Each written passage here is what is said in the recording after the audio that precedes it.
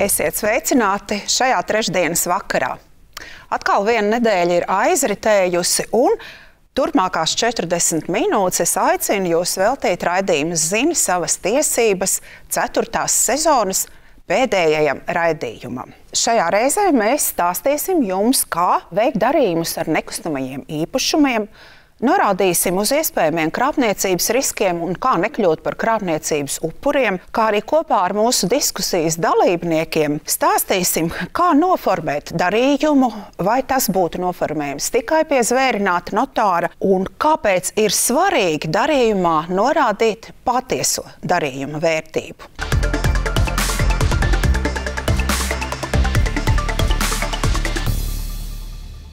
Atļaujiet jūs iepazīstināt ar mūsu šī vakara diskusijas viesiem. Valsts ieņēmuma dienesta nelegāli iegūt līdzekļu legalizācijas novēršanas pārvaldes direktore Agnese Rudzīte. Sveicināta, Agnese! Paldies, ka atradāt laiku šajā saspringtajā periodā piedalīties mūsu diskusijā. Un zvērināts advokāts Olavs Cērs. Labvakar, Olav! Labvakar! Paldies arī jums! Vai arī šķietam ir sajūta, ka nekustamo īpašumu tirgus pēc pandēmijas tā īsti nav atguvies un stāv, kā arī bankas nebūtu nesteidzās kreditēt pirkuma gribētājus, faktiskā situācija ir pavisam cita. Par to, kāda tā ir, aicinam noskatīties mūsu žurnālistu sagatavoto pirmo informāciju.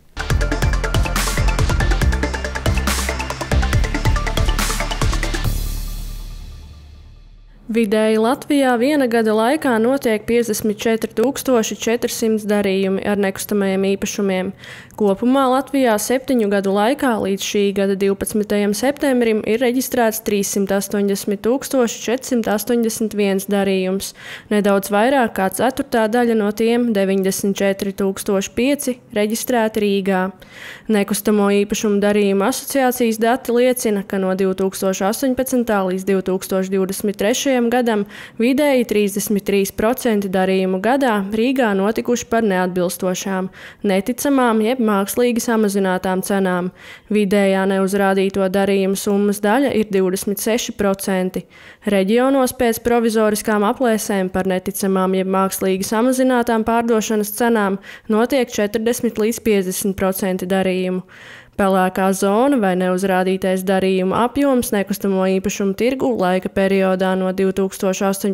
līdz 2023. gadam sasniedz vairāk nekā 100 miljonus eiro.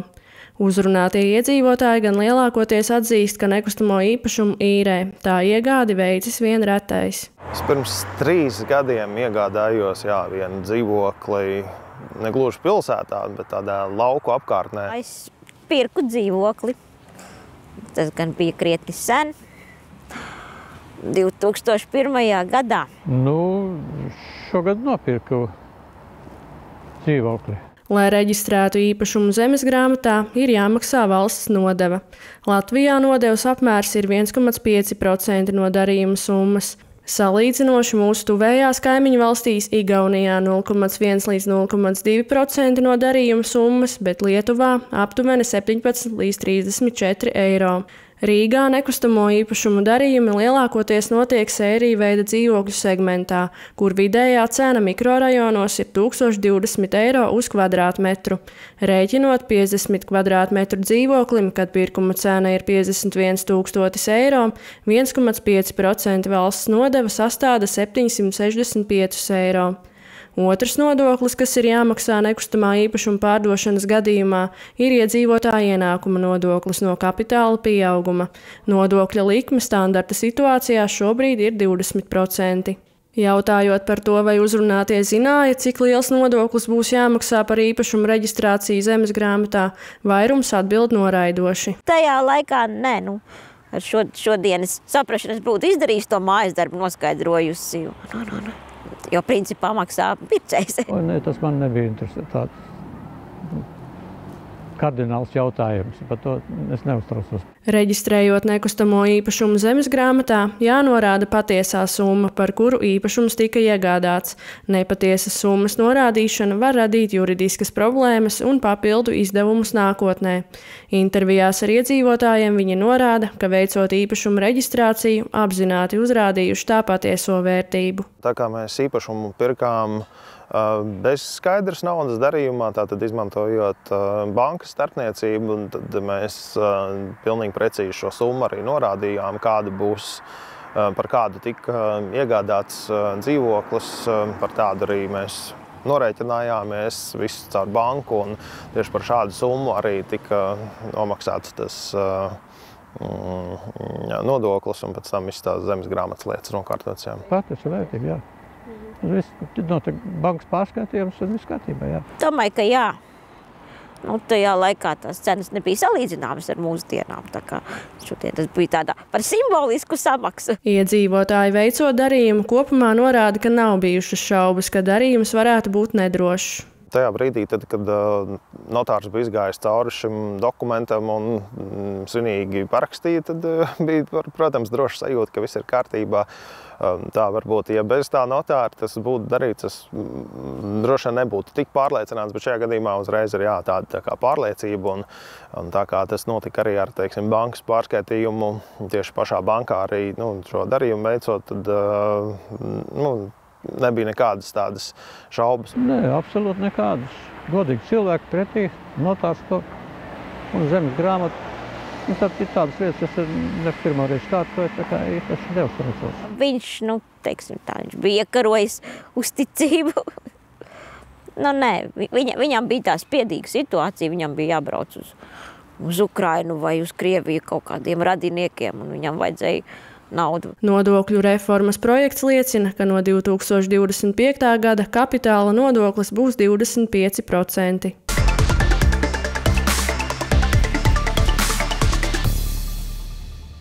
Mēs noskatījāmies tikko kopā sižetu, un Agnes, jautājums varbūt pirmais jums būs no jūsu, kā valsts ieņēmuma dienesta amatpersonas skatu punkta. Kas jums būtu sakāms, vai aktuālā aina, kas tur tika minēta arī pieteikumā reāli ar šiem darījumiem, ir tieši tāda arī pēc jūsu datiem? Jā, es negribētu laikam piekrist Lanīdas secinājumiem, jo arī mēs redzējām sižetā, kā ārkārtīgi daudz cilvēku tomēr apzinās gan sekas, gan riskus, gan godīgi maksā to naudu ar bankas pārskaitījumiem. Tā ir tā aina arī, ko mēs vairāk redzam. Protams, ir 40% darījumu, kas ir ļoti tuvu tirgus cenai. Ja viņi ļoti pakrīt zem tirgus cenas, tad, protams, ka valsts ieņēmuma dienests uz to reaģē un šos darījumus pārbauda. Bet jebkurā gadījumā, jebkuram iedzīvotājiem, kas iegādājas nekustamo īpašumu, tas ir viņa interesēs iegādāties par faktisko cenu, jo savādāk nākotnē viņam pirmkārt būs jāmaksā lielāks nodoklis, ko būtu samaksājis šis te pārdevējs viņa vietā, un otrkārt, banka nevienu nekreditēs par to summu, par kuru viņš vēlētos iegādāties, jo banka redzēs tikai to pārskaitījumu un to summu, ko viņi ir saņēmusi. Un jāatcerās vēl viens, ka Latvijā vispār ir aizliegts veikt darījumus skaidrā naudā ar nekustamiem īpašumiem, ja to iegādājas privātpersonas. Tā kā, manuprāt, tie cilvēki atspoguļoja ļoti lielu izpratni par to, kas ir nekustamā īpašuma iegāde. Tas nav aiziet veikalā maizīt nopirkt, bet tas tiešām nopietnas lēmums lielākā daļai uz visu dzīvi, tāpēc tie riski ir jāzina. Neapšaubām lielākā daļa darījumu notiek Rīgā ar nekustamiem īpašumiem. Vai situācija Rīgā ar šīm cenām pēc jūsu informācijas arī ir tikpat adekvāta? Protams, ka riskantākie un lielākie darījumi ir Rīgā, pie Rīgā un Rīgas rajonā. Tas nosedz gan vairāk kā 90% vispār nekustamo īpašumu darījumu tirgus, un arī tie ir visriskantākie darījumi, jo, ja mēs neskatāmies varbūt pēdējos 2 gadus, tad iepriekš šeit bija gan uzturēšanās atļaujas, gan NVS valstu pilsoņi, kas ļoti aktīvi iegādājās nekustamos īpašumus. Viņu naudas izcēlesme nebija noskaidrojama, bet šobrīd šī situācija ir stipri sakārtojusies, un pēdējā laikā šī tendence, protams, nav novērojama. Kāda ir jūsu pieredze? Kāpēc nekustamo īpašumu darījumu tirgū vispār varētu būt vēlme neuzrādīt darījumu patieso cenu? Vai pie vainas ir šī augstā nodeva, kur mēs arī sižetā redzējām, ka cilvēki īpaši nebija informēti, cik viņiem galu galā no darījuma summas būs jāmaksā? vai tas ir šis kapitāla pieauguma nodoklis, kas cilvēkam arī, pārdodot īpašumu valstī, ir jāsamaksā? Tas, ko jūs nosaucāt, noteikti divi šie argumenti. Pirmais ir par 20% kapitāla pieauguma nodokļa, kurš, kā mēs dzirdējam, kļūst par 25%. Un daudziem cilvēkiem tas šķiet pārmērīgi daudz un netaisnīgi. Protams, ja tā starpības starp dzīvokļu iegādi un pārdošana ir neliela, tad tie 20% nav nekas traks. Bet ja tu dzīvoklis vai nekustamo īpašumu esi ieguvis 90. gados privatizācijas rezultātā, šobrīd tā cena ir pakāpusies iespējams pa vairākiem 100%. Un tad šī summa, no kuras būs jāmaksā iedzīvotāja ienākuma nodoklis, būs ārkārtīgi liela, un cilvēks pilnīgi dabiski domā, kāpēc viņam maksāt 20% no tā, kas ir viņa, kur viņš gadu gadiem ir to īpašumu kopis, apsaimniekojis. Varbūt viņš nevar pierādīt visus ieguldījumus, bet daudziem cilvēkiem šķiet, ka to var atrisināt tādā veidā, ka norādīta citu cenu. Otrs ir šī valsts nodeva, bet tas noteikti ir mazākais, jo 1,5%, tas, protams, ir daudz, bet tas nav nekas tāds traģisks vai nepanesams. Bet trešā lieta varētu būt arī tāda, pastāv diezgan lieli nelegālas naudas uzkrājumi, kas atrodas darījuma apritē, un vienkārši tas, kurš pērk šo dzīvokli, viņam nav legāls naudas pieejamības, viņam ir nelegāla nauda, dzīvokli viņam vajag. Un tādā gadījumā viņš daļu no šīs dzīvokļa cenas samaksā bezskaidras naudas veidā, piesaistot šo cenu vai īpašumu kadastrālajai vērtībai vai kaut kādam formālam vērtējumam, pārējo daļu samaksā skaidrā naudā, tieši tā iemesla dēļ, ka viņam nav bezskaidras naudas. Viņš to arī negrib uzrādīt, negrib deklarēt, vai vēl ir citi gadījumi, varbūt viņš kādam ir parādā, un viņš negrib uzrādīt, ka viņam ir bijis tik daudz naudas. Iemesli var būt visdažādākiem. Bet, kā jau minēts, problēmas no šīs skaidrās naudas var rasties abām pusēm. Gan pircējam, gan pārdevējam. Pirmkārt, tas ir valsts ieņēmuma dienesta pārbaudas risks. Otrkārt, tās ir dažādas jau tālākas darbības, piemēram, darījuma atceļot. Nav skaidrs, cik naudas tad var dabūt atpakaļ. Un pārsvarā jau dabūs atpakaļ tikai to naudu, kas ir norādīta līgumā. Pieņemsim, tiek pārdots dzīvoklis, īstenībā pa 100 000, bet samaksāts kontā tiek 50 000. Izrādās pēc tam, ka kaut kāds dokuments ir bijis viltots vai tam līdzīgi, un šis darījums tiek atcelts. Atpakaļ jau varēs pircējs dabūt tikai to, kas ir norādīts līgumā. Kā viņš pēc tam pierādīs, ka viņš kādam ir iedevis vēl 50 000 eiro vai aploksnē, vai seifā, vai sazin kur. Un tāpēc tas, kurš šo skaidro naudu arī izmanto, viņš pats nonāk kaut kādā riskā vēlāk ciest liels zaudējums. Es varētu piebilst to, ka šie te īpašumi, kas iegādāti par nelegālu naudu, var tikt arī arestēti. Ar to nodarbojas Finanšu izlūkošanas dienests, un pagājušā gadā ir arestēti 110 šādi īpašumi. Tātad mēģinot legalizēt savus līdzekļus caur nekustamo īpašumu, kas ir ļoti pastiprināts zem valsts lupas, kā naudas atmazgāšanas ārkārtīgi augsts risks, var tikt šis īpašums vienkārši zaudēts. Tā kā to ieteikt tomēr apdomāt, vai tā vēlme legalizēt īpašumu, caur nekustamo īpašumu šos līdzekļus ir attaisnotās cerības. Savukārt nodokļu nenomaksa, tā morāli mums, kā saka, šķobās gadiem. Līdz tam mēs vēl neesam izauguši, ka mēs uzskatām to katrs par savu pienākumu tomēr nodokļus maksāt.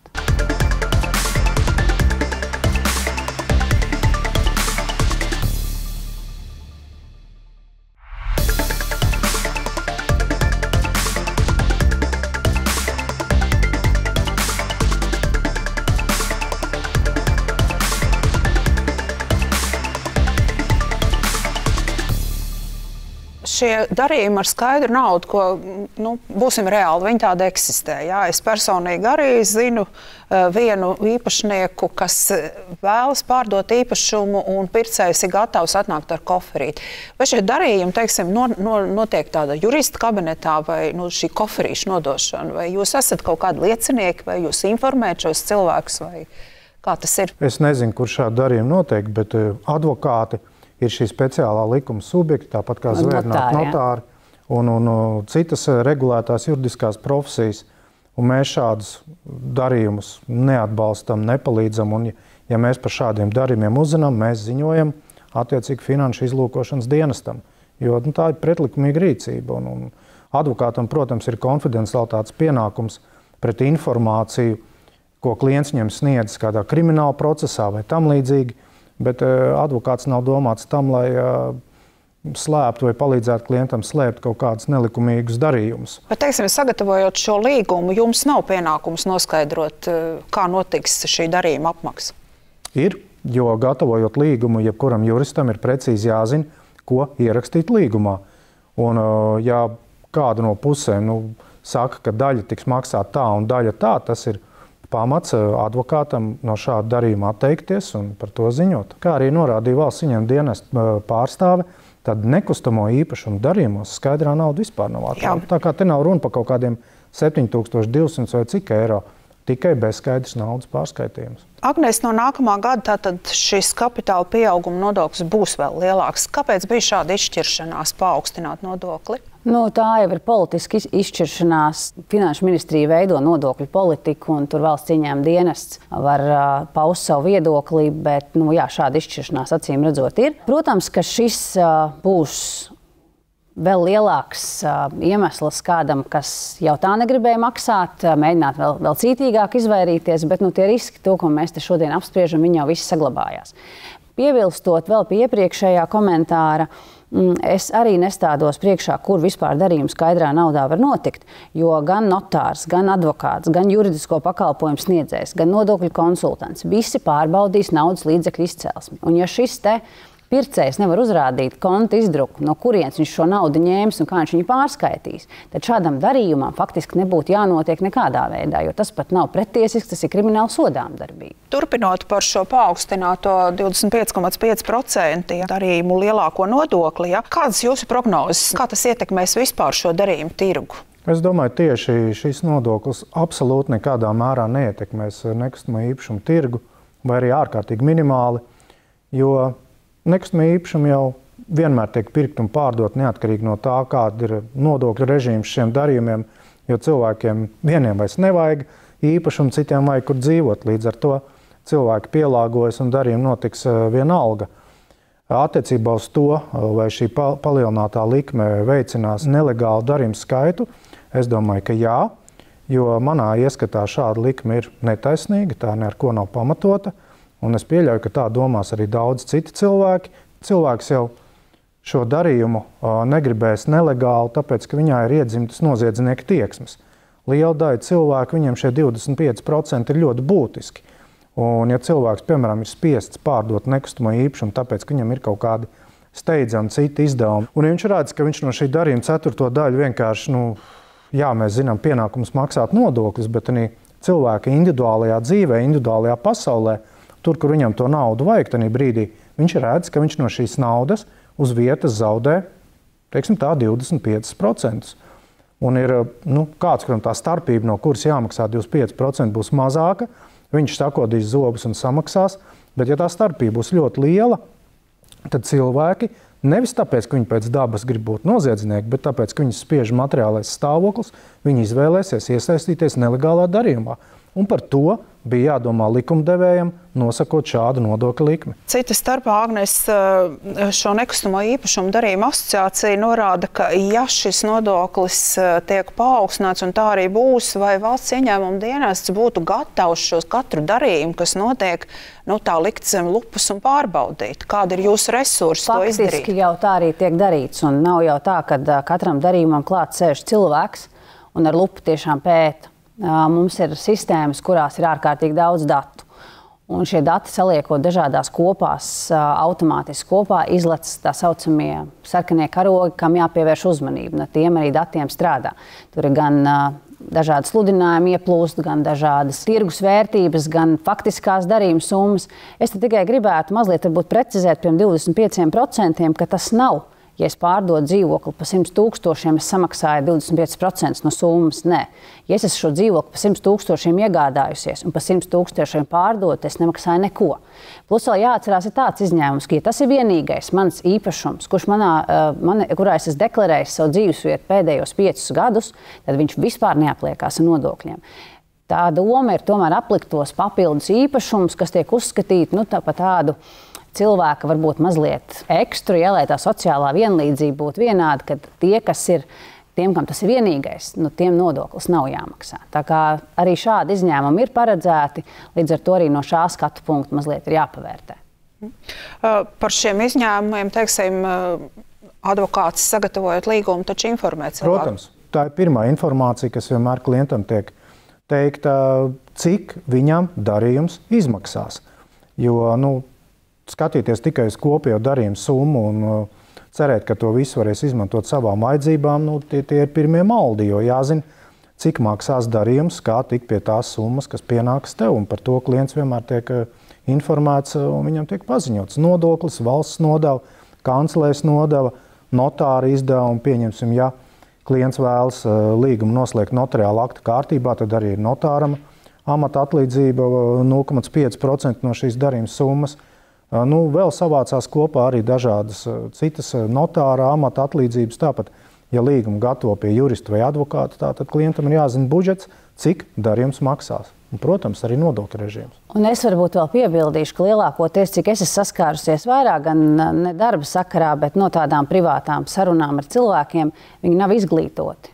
Par šīm savām tiesībām viņi nav izglītoti. Viņi ģimenes lokā viens no otra pāraksta dzīvokļus, otrs mēģina pārdot un pēkšņi viņam jāmaksā pilns kapitāla pieaugums par to, kur mamma ir dzīvojusi 5 gadus. Ja? Mazliet pakonsultējieties, pirms jūs kaut ko darat. Vai tas ir jums tiešām izdevīgākais variants? Tā kā tādi stāsti ir ļoti daudz. Jūs arī novērojat šo klientu, faktiski zemo informētību par darījumu riskiem un šīm summām un kas kādā gadījumā notiek? Mums šķiet, ka mēs daudz ko varam izdarīt paši.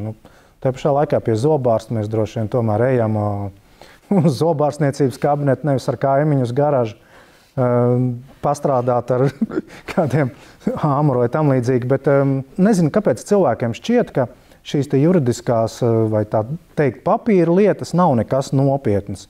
Tas nav uzbūvēt māju, tas nav salabot mašīnu. To es pats izdarīšu, kas tad tur. Tur jau nekā nav, cenu es zinu, viss būs kārtībā. Bet, nevelti sakas, kopais maksā 2 reizes. Vismaz tik daudz, kā atļauties vienu konsultāciju, pat obligāti nav jāiet pie zvērnāta advokāta. Pat obligāti nav jāiet pie zvērnāta notāra. Ja tas ir ārpus Rīgas, var aiziet uz pašvaldību, uz bāriņtiesu, pie pašvaldības jurista. Vienmēr ir iespēja atrast to laiku, to 1 stundiņu kaut vai un aiziet pie tā tiesību speciālista izvēlētā un pateikt, es gribu darīt to un to, kas mani sagaida, ar ko man jārēķinās un no kā man ir jābaidās. Bet nedaudz atgriezīsimies vēl atpakaļ par tiem darījuma riskiem un par tām samazinātajām summām. Vai jūs varētu izstāstīt ar tādu, ar ilustratīvu piemēru, Jānis pārdod Jurim par tādu un tādu summu, un ja norāda zemāku šo pirkuma samaksu, kas būs? Mēģināsim.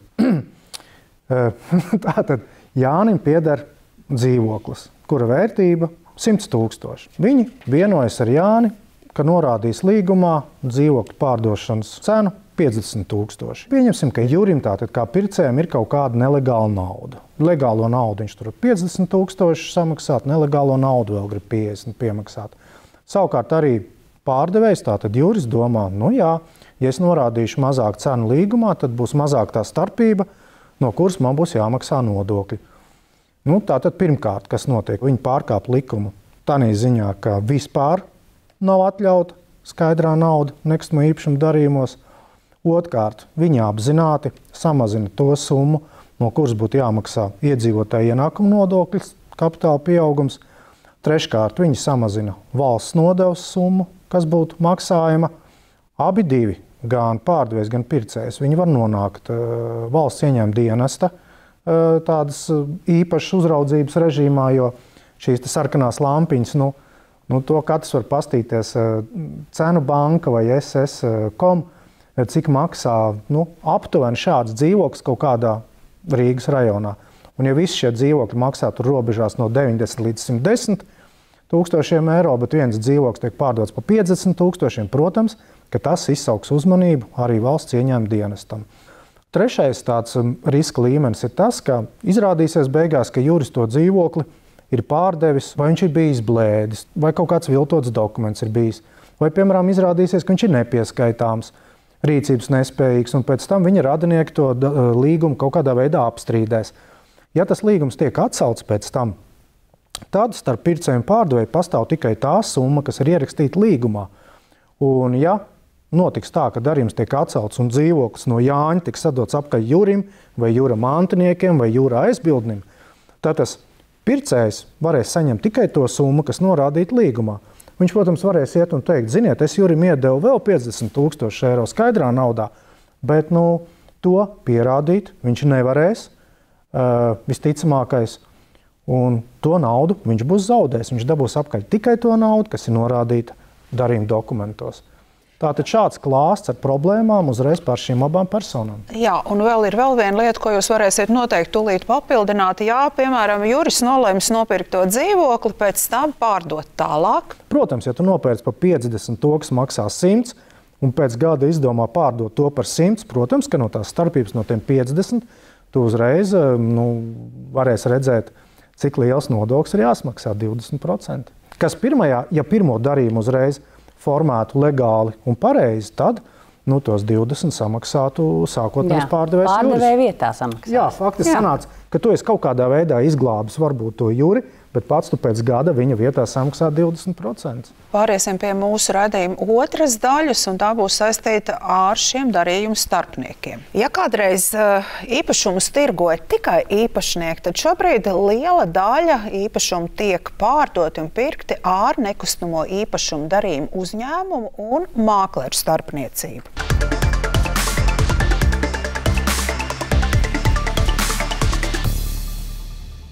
Nopirkt nekustamo īpašumu iespējams patiešo no tā īpašnieka. Tomēr īpaši lielās pilsētās šādos darījumos darbojas starpnieki, jeb mākleri un nekustamo īpašumu aģentūras.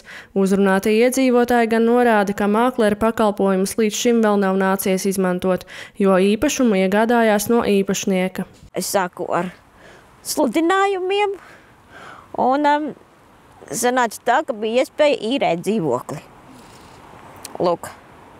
Un tad es iepazinos ar to saimnieku, un es nodzīvoju, manuprāt, tur kaut kādus gadu vairāk. Tad tā interese dzīvokli pārdot nāca no īpašnieka. Nopirkt no īpašnieka. Paskatījos internetā, kad piedāvājums kādu bija, un man tā ieinteresējos, un bija tāds man pieņemams, un piezvanīju. Satikāmies. Tas dzīvoklis bija savulaik mums radiniekiem piederēja, un līdz ar to mēs iegādājāmies viņu, jau apmēram zinot, ko mēs pērkam, nevis tā kā kaķi maisā, bet jau apmēram izpētot un jau zinot, kādā stāvoklī tas viss ir, un bijām diezgan priecīgiem. Tā kā mēs bijām pazīstami un labi viens otru zinājām, tad iztikām arī, teiksim, bez starpniekiem, un mēs uzreiz jau uzticējāmies viens otram. Faktiskais mākleru skaits Latvijā šobrīd tiek lēsts uz nepilniem 2000. Tomēr ne visi no tiem, kas sevi uzdod par mākleri, savu darbību ir oficiāli reģistrējuši. Ekonomikas ministrijas nekustamā īpašuma darījumu starpnieku reģistrā šī gada 27. septembrī bija reģistrēti 830 starpnieki. Pēc nekustamo īpašumu darījumu asociācijas datiem aptuveni 50% nekustamo īpašumu darījumu notiek iesaistot ekonomikas ministrijas uzturētajā reģistrā reģistrētos starpniekus, tā skaitā caur nekustamo īpašumu aģentūrām iegādāti 20 līdz 30% nekustamo īpašumu. Pārējo tirgus daļu, apmēram pusi, nosedz nelegālie mākleri.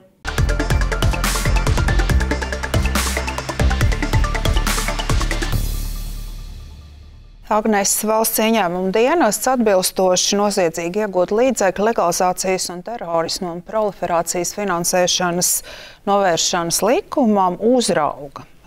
Aptuveni, pēc, es nemaldos, 1300 nekustamā īpašuma darījuma starpniekus. Kā ieņēmuma dienests īsteno šo uzraudzību un kas arī pārbaudēs tiek secināts?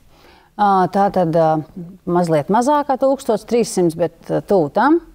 Savukārt reģistrē viņus ekonomikas ministrija. Šo reģistru veido mēs ļoti aktīvi apmainamies ar informāciju, lai tie, kas reģistrējuši pie mums darbības veidu starpniecību nekustamo īpašumu darījumos, būtu arī reģistrēti un saņēmuši visas nepieciešamās atļaujas no valsts praktizēt.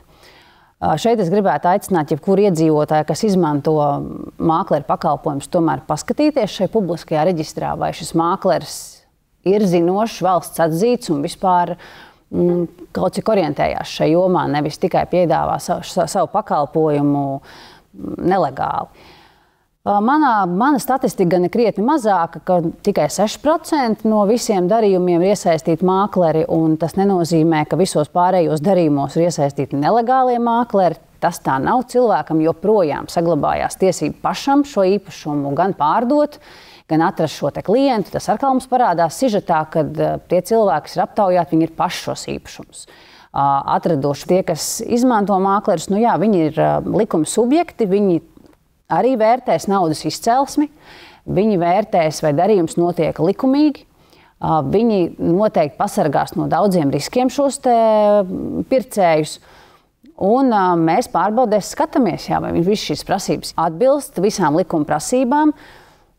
Un meklējam arī, protams, tos, kas mēģina nelegāli piedāvāt vai nereģistrējoties šos te pakalpojumus cilvēkiem, kas viņiem tic.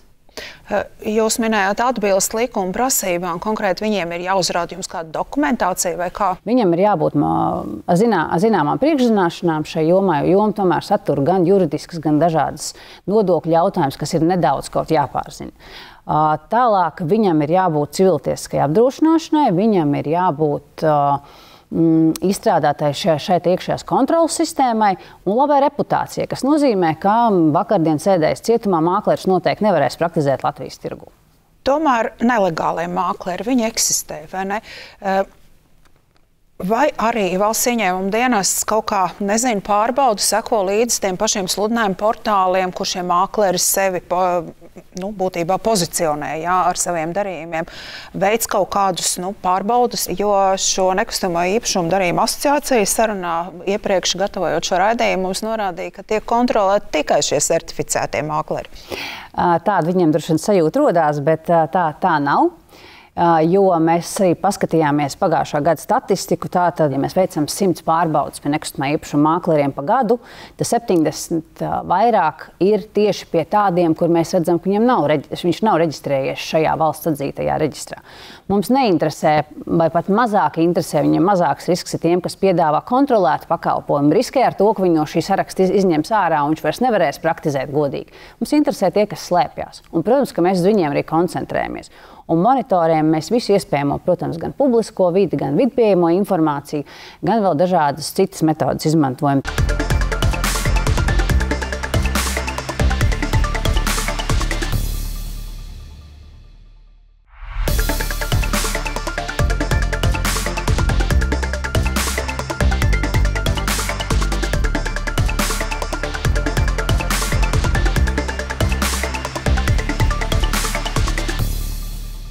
Olau, vai, teiksim, jums ir darīšana arī ar šiem starpniekiem kaut kad? Jā. Kā advokātam? Jā. Vai jums interesē, vai viņš ir certificēts vai nesertificēts? Protams, tāpēc, ka kontrolētā profesija, tātad šie te certificētie nekustamā īpašuma darījuma starpnieki, papildus visam citam, kas tika jau nosaukts, viņi arī atbild par informācijas patiesumu, ko viņi norāda sludinājumos par to īpašumu, ko viņi piedāvā.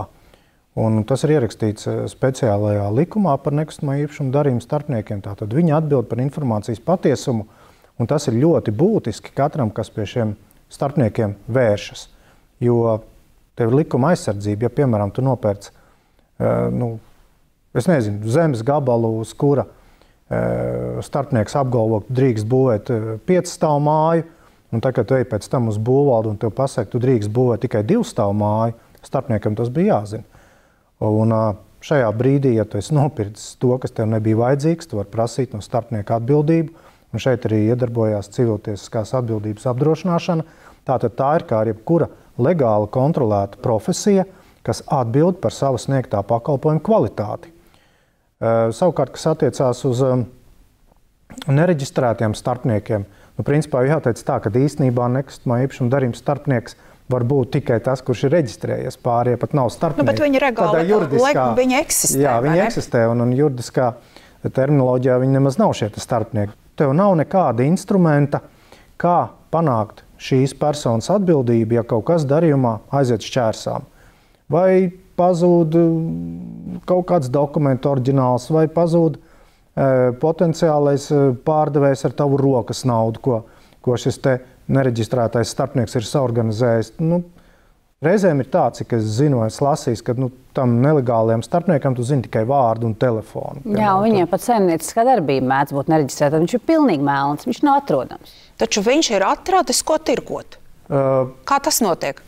Krāpnieku atrod parasti. Es domāju, tā ir kaut kāda tā pelēkā zona, es domāju, ekonomikā un ne tikai nekustamos īpašumos, bet daudzās nozarēs, kur tā informācija izplatās, diez vai kāds liek sludinājumu, ka es esmu nelegālais starpnieks un palīdzējuši jums bez nodokļiem kaut ko izdarīt, bet es domāju, ka no mutes mutē, no pieredzes šāda informācija kaut kur riņķī klīst. Un cilvēks tāds, kurš nav ar to visu saistīts, viņš meklē pats to dzīvokli kaut kādā sludinājuma portālā. Viņš atrod to, kas viņam patīk, kas viņam vajag. Tur ir numurs. Viņš vienkārši zvan uz to numuru un saka, es gribu nopirkt. Viņš pat neinteresējās, kas tur otrā galā ir. Un ja tur ir kaut kāds, nezinu, Jānis vai Anna, viņš ar to sāk visā nopietnībā runāt. Un pat viņš uzticās. Viņš domā, ka ja jau kāds to dzīvokli tirgo, tad jau viss ir kārtībā. Cilvēks, kurš ar to nav saskāries, viņš pat neaizdomājas, ka tādā brīdī var iesaistīties kaut kādās nelegālās vai puslegālās darbībās. Kā pareizi būtu jādara? Atrodu sludinājumā dzīvokli, baigi patīk, pirkšu. Precīzi ir, ja tu zvani un tu prasi tam, kurš atbild, kas viņš tāds ir, ar vārdu, uzvārdu, varbūt pa personas kodu. Un ja kāds tev to nesaka, tas jau ir pirmais signāls. Tātad, ja es pārdodu savu dzīvokli vai šis te starpnieks legāli pārdot kaut kādu citu dzīvokli, kāds viņam iemesls ir slēpt, kas viņš tāds ir, viņam tieši būtu jāsaka, es esmu Jānis Bērziņš, nekustamā īpašuma darījuma starpnieks, mans tur, es nezinu, kas viņam ir apliecības vai kas, reģistrācijas numurs man ir tāds un tāds, lūk, ir ekonomikas ministrijā mājaslapā, kaut kādā sadaļā reģistrs, ejiet skatieties, ja vajag, var parādīt pasi.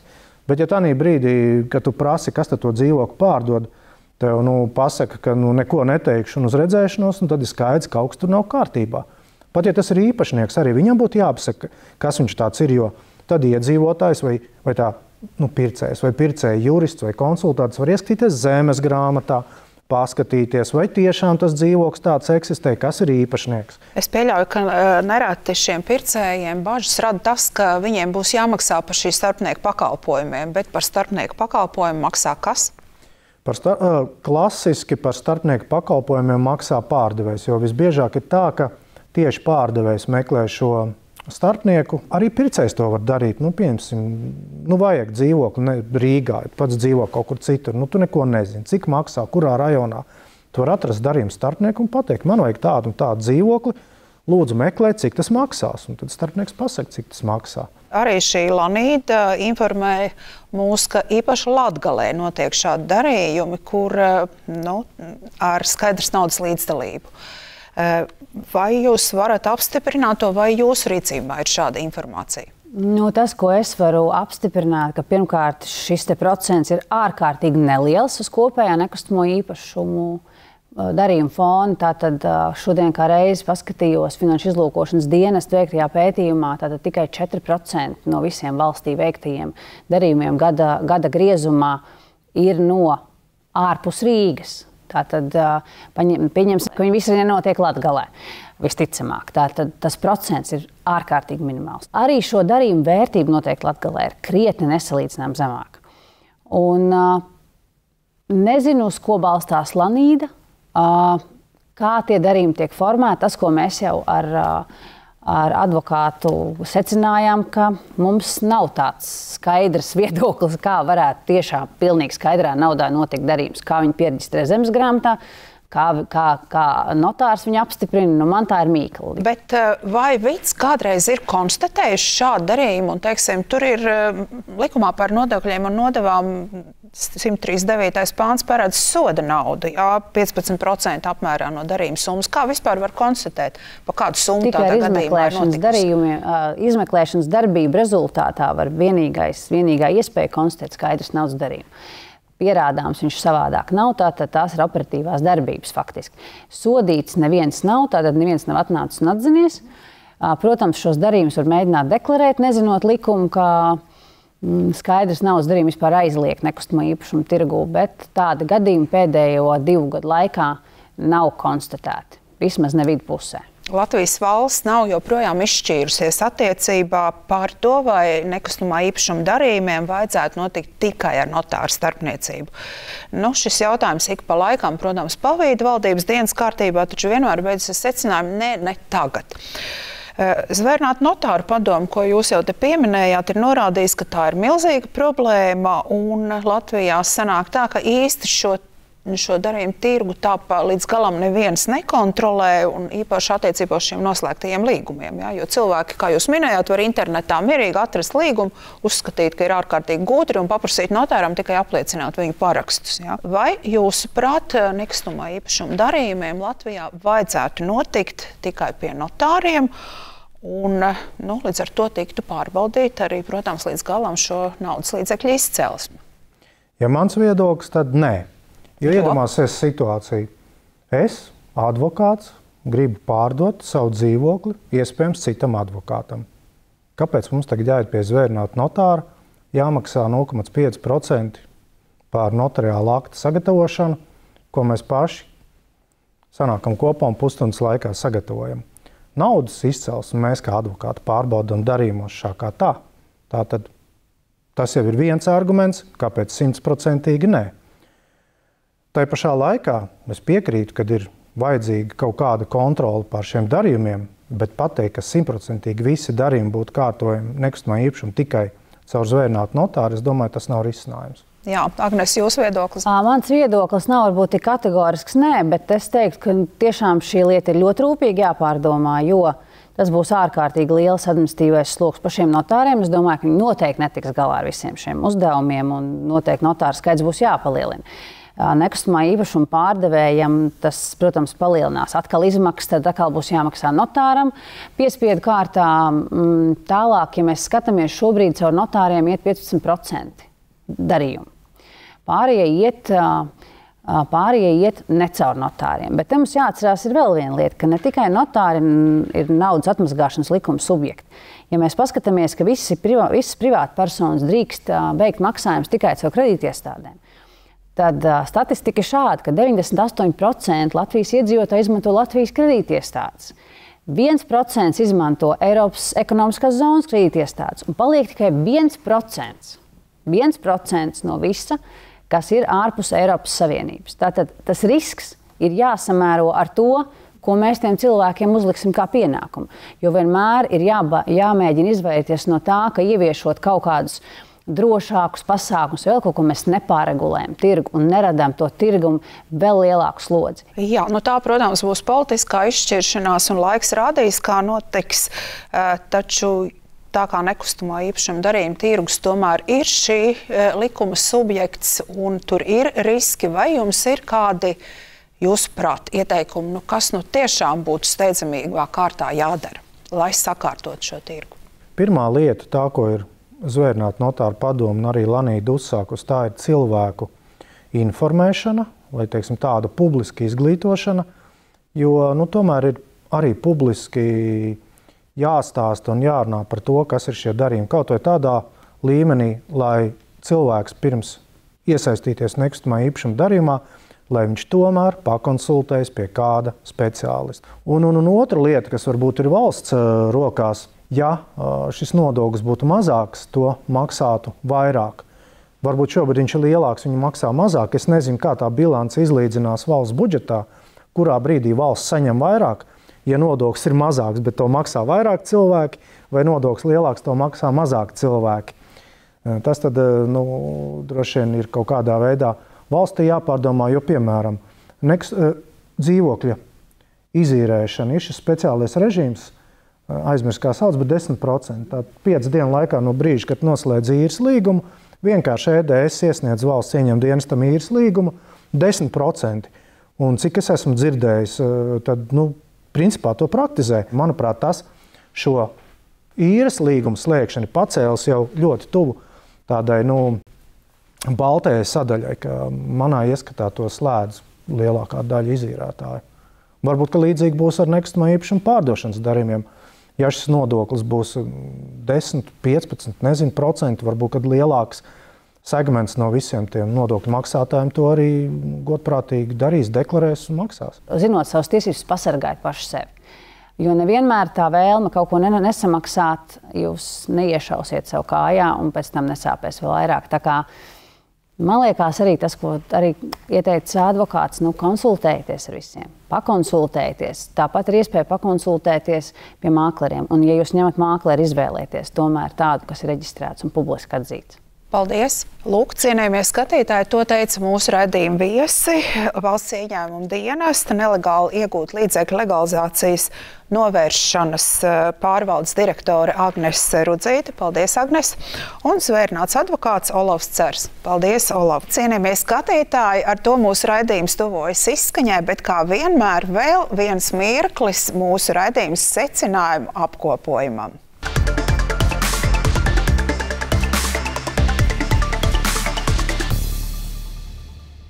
Nekustamā īpašuma darījumi ar skaidru naudu Latvijā ir aizliegti. Īpašumi, kas iegādāti par nelegālu naudu, var tikt arestēti.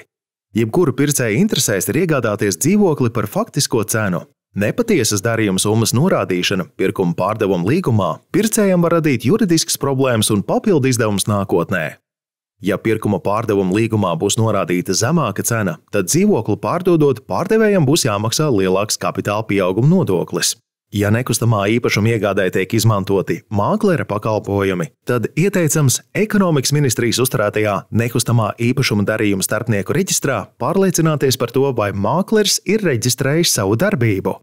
Ja mākleris vai nekustamā īpašuma pārdevējs slēpj savu identitāti, tad šādi pakalpojumi nav droši un tos izmantot nedrīkst.